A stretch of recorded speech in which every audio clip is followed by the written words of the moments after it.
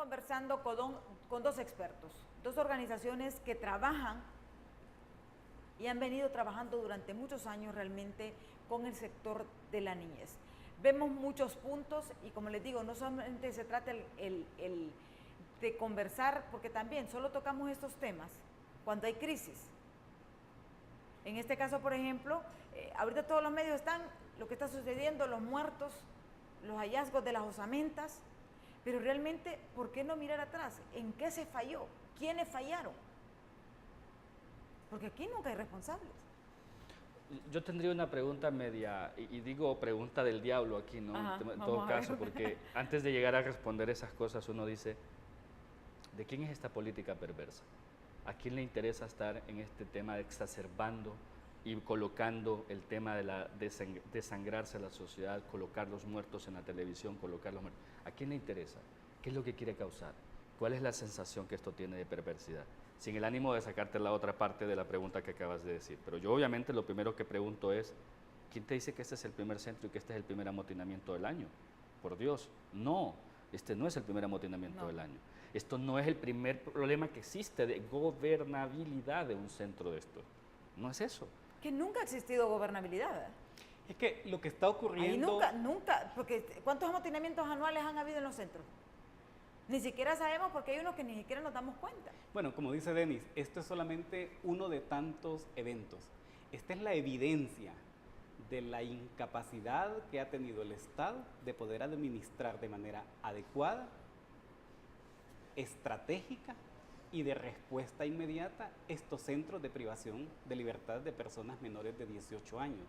La incapacidad que ha tenido el Estado de poder construir metodologías de abordaje estandarizadas, incluso con las mismas metodologías que tiene el sistema de las Naciones Unidas, tomar aquellas experiencias exitosas que han habido en otros países, por ejemplo, Brasil ha sido un ejemplo, el trabajo que han realizado los terciarios capuchinos a lo interno de centros de privación de libertad y otras experiencias que ya existen incluso en el país, a través de organizaciones no gubernamentales, de iglesias, de patronatos que han venido trabajando y dando respuesta a los problemas que se enfrentan.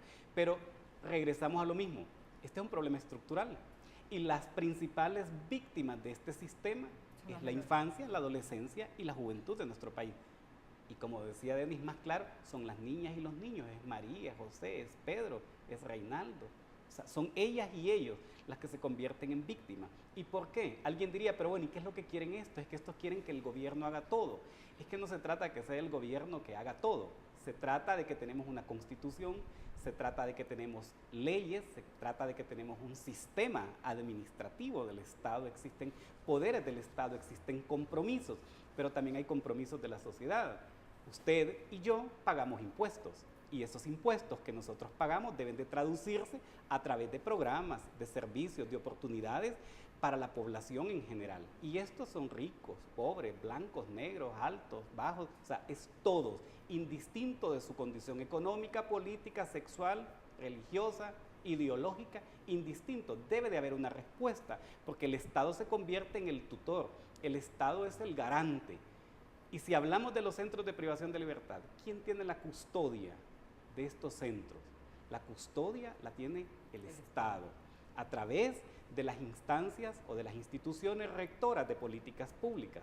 En este caso lo ha tenido el INFA, tradicionalmente lo tuvo la Junta Nacional de Bienestar Social, ahora lo tiene la Dirección Nacional de Infancia, Adolescencia y Familia. Pero fíjese bien usted cómo en este juego político, y precisamente por lo que decía Denis, ¿qué intereses también hay aquí? Estos centros han sido ahora trasladados a organizaciones de la sociedad civil. ¿Y quién debe de tener realmente la custodia directa? El Estado.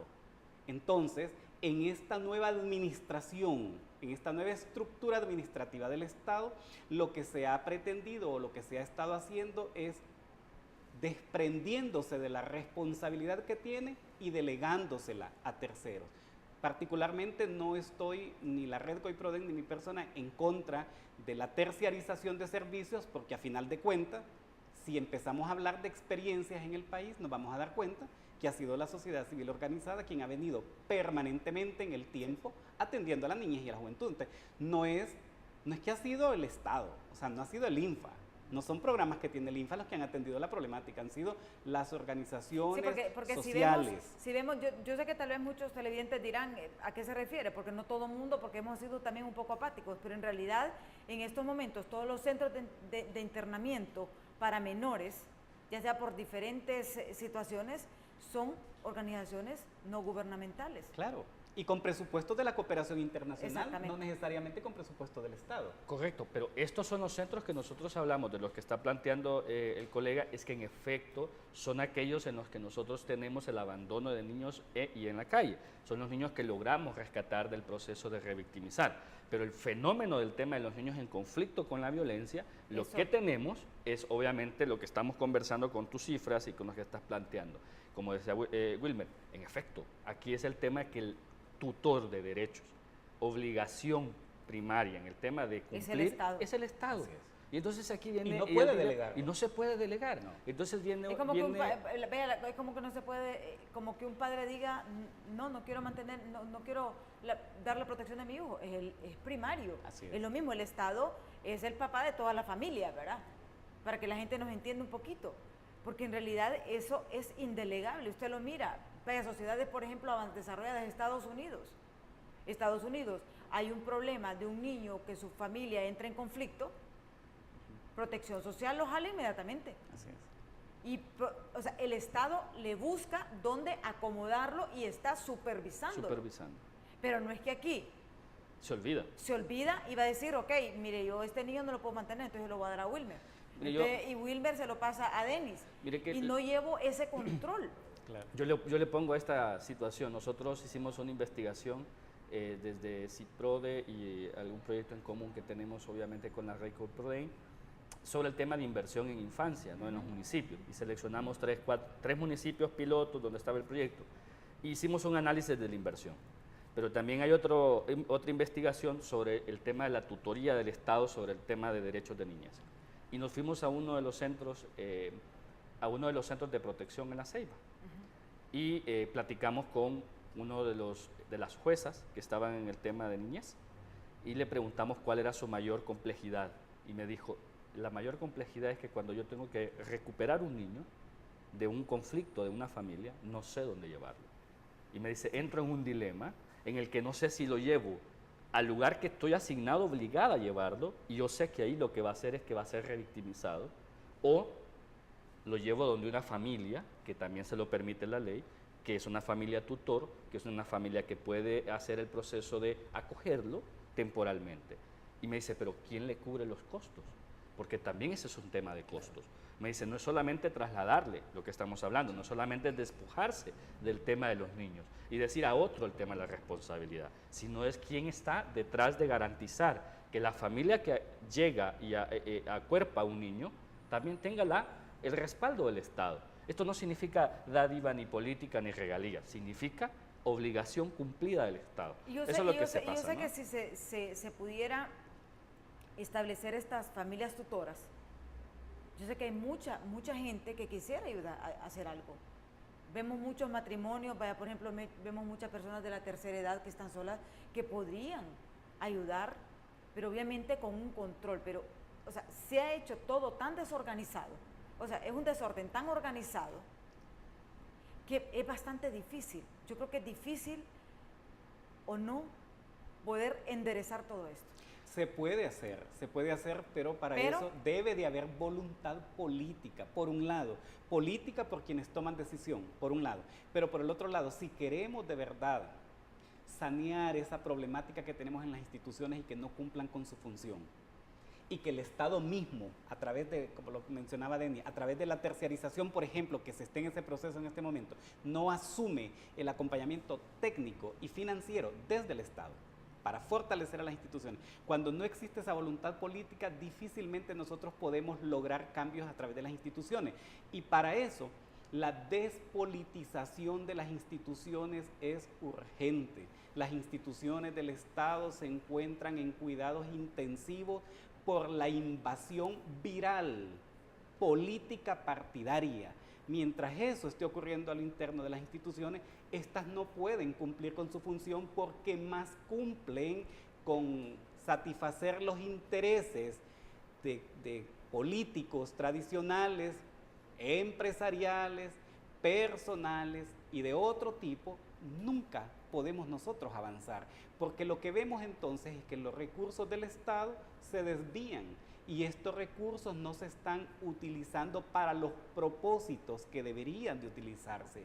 Ahí es donde entra el tema de la corrupción. De hecho, Honduras sigue colocado dentro de los 4 países más corruptos de América Latina.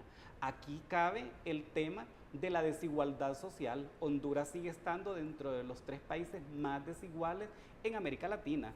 Este problema estructural y la falta de compromiso por parte del Estado y de los diferentes sectores de la sociedad también nos lleva a lo que hoy tenemos nosotros, una sociedad violenta. Estamos dentro de los países más violentos y aunque hoy las cifras oficiales nos digan que se han bajado el número de muertes violentas en el país, seguimos igual con esta cifra siendo el país más violento del mundo, incluso por arriba de los países que históricamente han estado en guerra. Sí. Entonces, cuando nosotros no apuntamos a eso, Emma, evidentemente no podemos lograr cambios ni siquiera en las instituciones del Estado. Fíjese que parece, ahorita que estábamos hablando, hago una comparación. ¿Cuántos son los menores que están internos? ¿200? 300. Anda arriba porque en el 120 eran en uno y no sé cuántos. Andamos en 300 y fracción. O sea, ahora le pongo, si hablamos estadísticamente, ¿cómo es posible que 300 chihuines, le vamos a decir, porque son niños, 300 chihuines tengan en jaque mate al gobierno? Con un presupuesto arriba de 300 millones. Arriba de 300 millones, o sea que le puedo dar 1 millón. Y mire, hablando como dicen estadísticamente, como a nosotros nos encanta la estadística, podríamos darle 1 millón a cada uno de esos hipotes para cambiarle la vida. Si hablamos fríamente, ¿verdad? Muchas gracias, me quitaste justamente la primera parte. Yo iba a decirte cuánto cuesta. Es que realmente no llegan ni a 500. Podemos decir, y estos son los centros privados, los que están, digamos, privados de libertad. Y uno dice la cantidad horrorosa de plata que el Estado invierte y mal invierte, mal echada a perder. Lo que estamos viendo es mala inversión. Claro. Más que la mala inversión es la malversación de los recursos que tiene el Estado. Porque muchas de las instituciones no es que no tengan recursos, es que los recursos no son eficientemente aplicados. Y yo quisiera agregar algo a lo que decía Wilmer también. No se trata solamente de la despolitización del tema de los centros de rehabilitación y de, obviamente, que construyen, sino también que pasa por un tema, no empezar a atacar el problema como que fuéramos enemigos. O sea, no militarizar el tema. Hay capacidades en todo el país, como también le existen a nivel internacional, que sobra para poder darle lecciones de cómo se controlan estos centros, de cómo se puede hacer sin ver un militar armado, porque este no es un enemigo, esto no es una invasión, esto no es un tema de que los niños superan a los militares y que hay que intimidarlos con armas. ¿Cuánto cuesta un militar sacarlo a la calle y que llegue esta operación? Súmele a ese presupuesto, el presupuesto de tener a los militares allí en las calles, haciendo una labor que no necesariamente deberían de estarla haciendo, porque no estamos en un tema de guerra, porque la política es de terror, la política es de buscar el tema del control y la política también es de deslegitimar a la Policía Nacional, deslegitimar el proceso de pacificación. O sea, estos chicos, si bien es cierto, no son blancas palomas, tampoco es que se han portado a la maravilla, tampoco es que entiendan que los niños y las niñas ahí nacieron desde que eran niños y ya eran malos, o que los niños se convirtieron en un proceso que venían y ya estaban mal. No, aquí hay 17 años de abandono, aquí hay 17 años de niños que han tenido que dejar su casa para ir a buscar qué comer, para ir a buscar cómo comprarse o poderse agenciar una ropa, para poder ser aceptado en el círculo de la familia, de la comunidad. Es decir, el drama humano que hoy vemos, lo ves en este escenario, pero lo vimos a principios también y a finales del año pasado con el tema de la migración de los niños que son expulsados del país en búsqueda de un mejor futuro. O sea, ¿de qué nos asusta? Nos asusta ahora el tema de la ruborización de una sociedad que saca a los militares como una de las opciones. Esa es una perversidad de política de crimen. Esa es una perversidad de miedo. Eso es lo que se conoce como el control a través del miedo, ¿no? No se debió militarizar los centros de rehabilitación, pero eso lo vamos a ver después de la pausa, así que no nos cambie, que ya volvemos. Ya que como todo.